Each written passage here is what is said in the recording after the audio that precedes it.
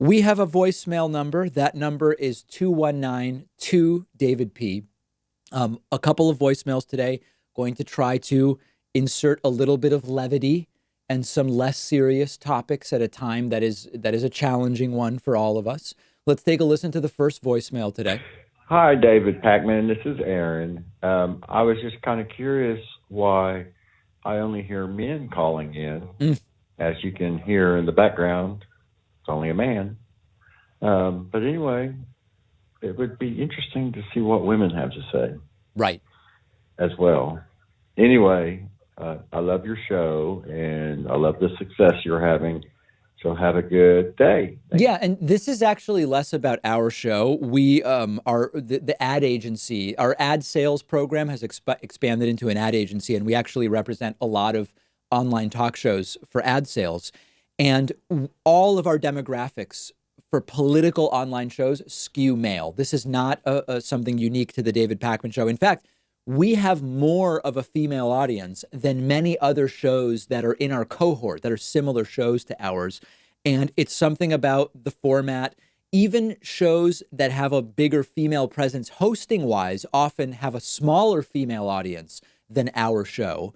Then we work with other types of shows that have a much more balanced audience gender wise as far as that goes. So that is an interesting thing. All right, one other voicemail that's just kind of a funny allusion to Susan Collins, the perennially disappointed Republican senator.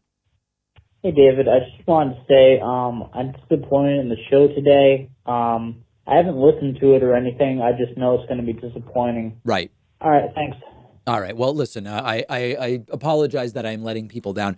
In all seriousness, it has been, I don't know if heartwarming is the right term. It feels sort of apocryphal to call it that, cliche in a sense. But I have been so thrilled to see that in what are very difficult times for a lot of people, for large portions of the country that are actually doing what we need to do to try to deal with coronavirus, that so many people have been getting in touch and saying, what you're providing is a really valuable service. Thanks for staying on top of the virus. Thanks for staying on top of politics while all of this is going on. Thanks for rearranging production in a way to allow all of this to continue.